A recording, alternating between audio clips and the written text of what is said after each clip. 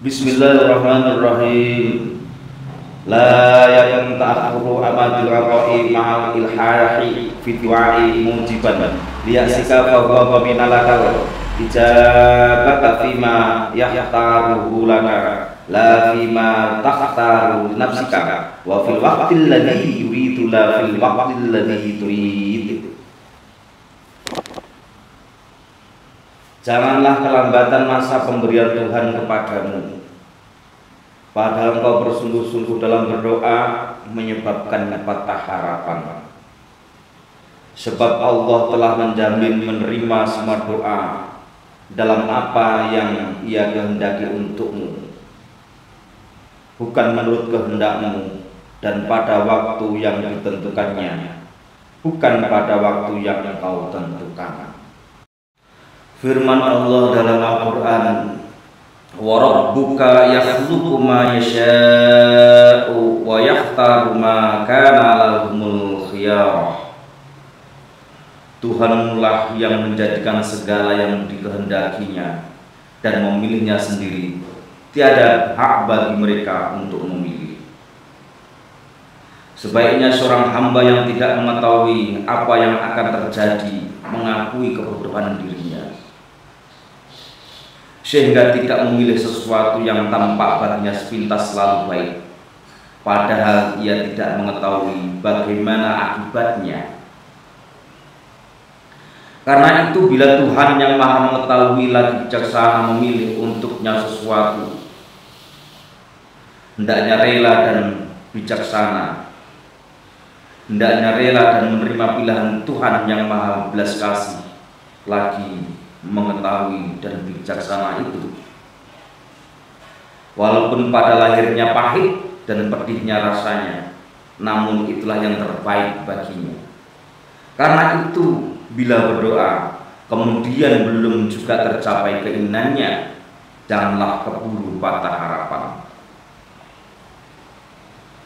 Allah Subhanahu wa taala berfirman dalam Al-Qur'an, wa asa an takrahu syai'an wa huwa khairul lakum wa asa an tuhibbu syai'an wa huwa syarrul lakum wallahu ya'lamu wa antum la ta'lamun. Mungkin kamu membenci sesuatu padahal itulah yang baik bagimu, dan mungkin kamu suka pada sesuatu padahal bahaya bagimu, dan Allah yang mengetahui sedang kamu tidak mengetahui. Jadi kita ini sebenarnya tinggal ikut aja sama Allah Ta'ala, karena yang tahu, yang lebih tahu tentang yang baik menurut Allah untuk kita itu ya Allah.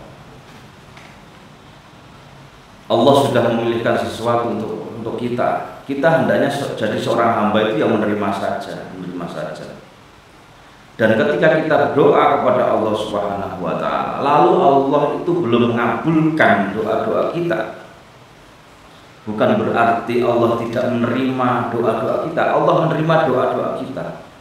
Akan tetapi Allah lah yang Maha berkehendak kapan waktunya doa kita itu akan diberikan kepada kita. Itu Allah yang berkehendak. Jadi seandainya kita memohon kepada Allah dan permohonan kita itu sudah sungguh-sungguh, maka jangan sampai kita itu putus harapan, karena Allah lah yang lebih mengetahui segala-galanya. Seandainya kita mempunyai penilaian sendiri, oh ini baik untukku, tapi belum tentu itu baik bagi Allah Subhanahu wa taala. Makanya bagi seorang hamba ikut saja apa yang dikehendaki Allah Subhanahu wa taala, dan jangan sampai semuanya itu memutuskan harapan kita kepada Allah Subhanahu wa taala. Sebab kita juga tidak boleh untuk berputus asa. Abu Hasan As-Sadili radhiyallahu anhu ketika mengartikan ayat di atas, qad ujibat da'watukuma fastaqima wa la tattabi'ani sabilal ladzina la ya'lamun.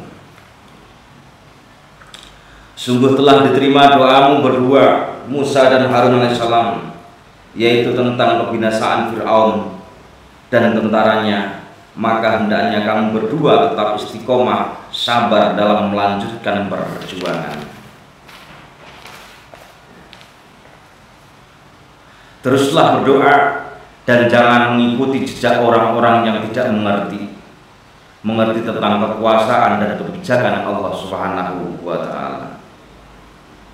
Maka terlaksananya kebinasaan Fir'aun yang berarti setelah diterima doa itu sesudah 40 tahun lamanya. Rasulullah Shallallahu Alaihi Wasallam bersabda, "Yustajabu li ahadikum ma lam yu'ajjil, fayaqulu qad ta'anta falam yustajab li." Pasti diterima doamu itu selama tidak keburu, yaitu berkata, aku telah berdoa dan tidak diterima. Anas radhiyallahu anhu berkata, qala Rasulullah sallallahu alaihi wasallam, ma min da'in yad'u illa istajaballahu lahu da'watahu aw sarafa anhu mislaha su'an aw hatta min dhunubihi biqadariha ma lam yad'u bi ismin aw qati'ahu min bi ismi aw qati'ati rahim. Tiada seorang berdoa melainkan pasti diterima Allah doanya, atau dihindarkan daripadanya bahaya, atau diampunkan sebagian dosanya selama ia tidak berdoa untuk sesuatu yang berdosa atau untuk memutuskan hubungan famili. Nah, jadi terkadang saya itu ya berpikir tentang orang-orang yang istilahnya datang ke rumah itu ya, kadang-kadang ada orang yang minta doa, Pak Kiai tolong doakan ini dan sebagainya. Bahkan saya itu kadang-kadang diminta untuk mendoakan supaya orang ini jauh dengan ini ya, kayak gitu ya. Inilah yang saya pikir. Sebab apa? Kalau kita itu meminta kepada Allah Subhanahu wa Ta'ala, doa yang akan diterima oleh Allah itu ya doa yang baik-baik.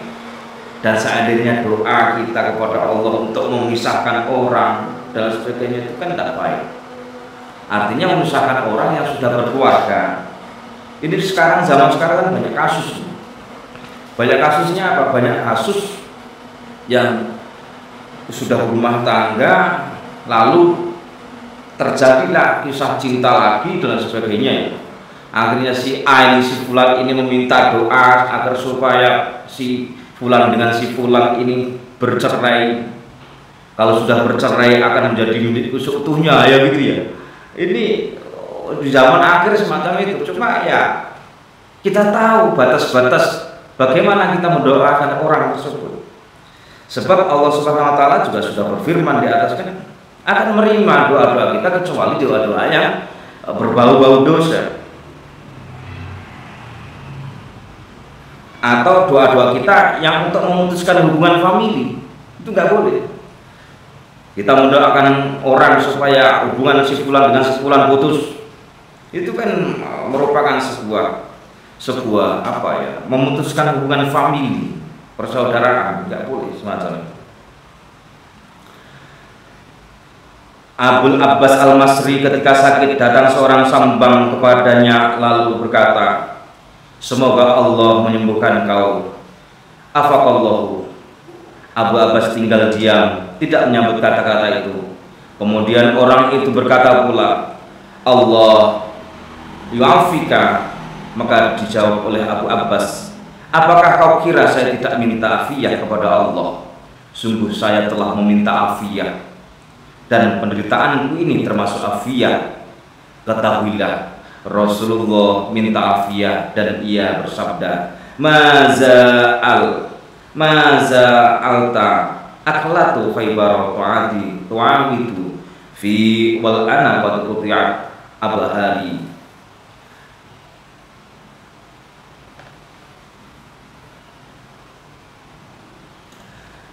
Selalu bekas makanan Khaybar itu terasa olehku, dan kini masa putusnya urat jantungku. Masya Allah.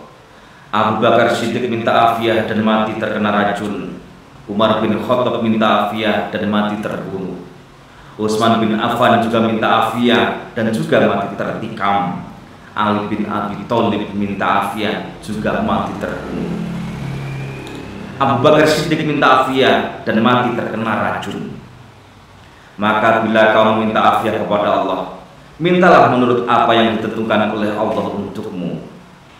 Maka sebaik-baik seorang hamba ialah yang menyerah menurut kehendak Tuhannya dan mempercayai bahwa yang diberi Tuhan itulah yang terbaik baginya, meskipun tidak cocok dengan kemauan hawa nafsu.